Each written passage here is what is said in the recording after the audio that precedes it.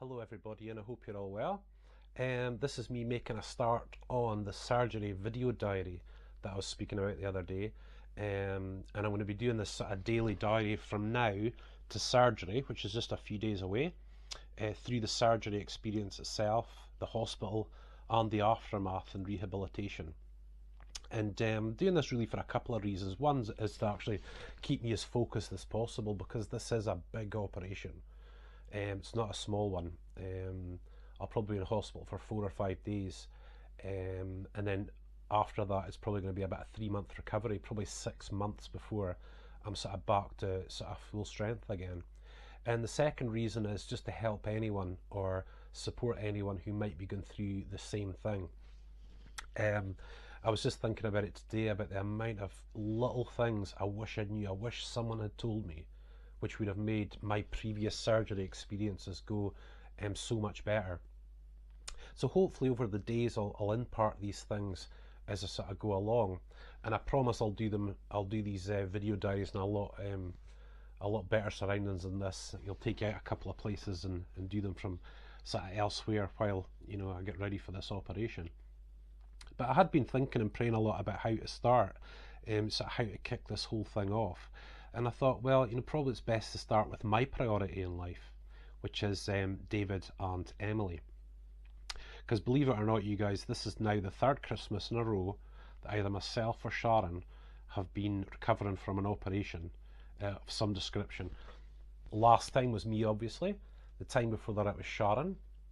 And Sharon, I think at the time, this was like the 23rd or the 24th of December before she got out, and she nearly missed Christmas Day. So our kids are actually no real strangers to what's coming up, but it's still really important that me and Sharon really prepare them for what's about to happen. And what we kind of do with that is it's a few days to go now, so we start dropping in all the little things about the operation now, just to start getting their sort of head into it and their sort of head around it.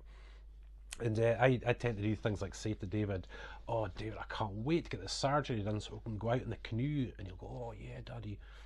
You know, little things like that, just to sort of help them along. Because we've got a bit of a saying in Scotland where they say you're sort of big enough and ugly enough to look after yourself. Me and Sharon are adults, we've got to deal with it.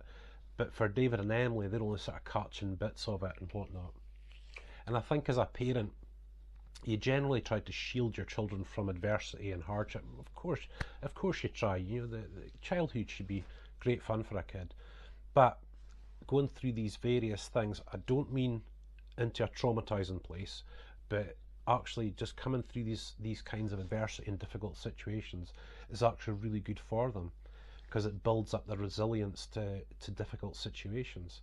And of course, what you want as a parent is to bring your child up in sort of such a way that they're going to go on to be strong people, that they're going to be able to handle themselves and go on.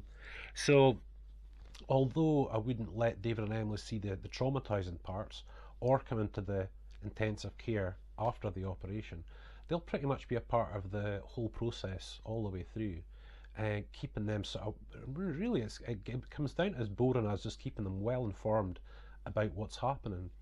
But these things are hugely important. But of course, there's times when you actually can't avoid them seeing something a little bit traumatic, but you can deal with it in the right way. And just as a little example, last Christmas, after the operations, I had this big open wound. Like I said, it was 6 inches across, had a hole in the middle, and it was just bright red. And one of the days, the pain got so bad, it felt like it was on fire, that we were tempted to call the ambulance out. And two nurses came round. My mate Jamie was here, Sharon was here, there's a couple other people, and I was lying over there on the sofa, and just as I kind of looked up, I was in major pain. I could see David, and he just walked past the doorway like that. Anyway, the nurses got the whole thing under control. But David's a kind of sensitive lad. Emily's not so sensitive. David's really sensitive. He's a lot like I was when I was a kid. So as quickly as I could, I went away upstairs, and here he was up on his bunk bed, and I could see it in his face that he had this kind of little shock seeing his dad, which I think most young boys see their dad as the big strong guy, in that level of pain, and I could see it in his face that it had really shocked him. So I kind of said, "Darling, come over, come look at Daddy." And I said, "Darling, are you scared about what happened downstairs?" And he just kind of nodded. I said, "Darling, it's absolutely fine. Nurses gave me Calpol. I'm feeling much better. Look," and I picked up a toy and I lifted it above my head. So "I'm fine, darling, don't worry about it." And I could visibly see his face change and brighten up and smile. And he started telling me all about how you take Calpol and how it makes you feel better. And I said to David, "Well, it's exactly what it was like with Daddy downstairs. It was really sore, son, but you get Calpol and it's sorted, you know." So that was an almost a traumatic situation, but I just felt it was something I needed to jump on straight away. And guys, I think that's really what the next few days will be about. I'll speak about loads of other things, but for me, off camera, it's going to be spending a bit of time with David and Emily and just making sure that they're really as well prepared as they can possibly be for this coming up. So as for what's coming up, you guys, I've got absolutely no idea. I'm sitting here all chirpy and happy and chatting away to you guys and doing these videos, but this is going to be my 5th major operation in life. 2 of them went badly wrong. The very first one, the epidural failed and I woke up in absolute agony for hours. The second one went okay. The third one went fine. Of course, that was the hernia job. And then the last one that we had, you know, I almost died. That was quite a close one. So I think this is number 5. I think I'm right in saying this is number 5 for any kind of real proper operations. And so I have absolutely no idea what it's going to be like.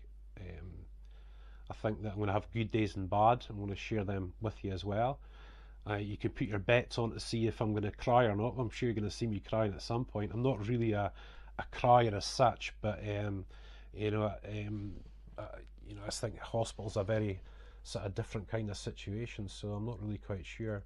But hopefully, guys, you're just going to go through the good and the bad with me over the next little while, and I just hope and pray that you certainly find it as some sort of a comfort and a support, something that maybe some of you guys can learn from. But yeah, you're coming through it all the way through, you guys, so sort of buckle up a little bit.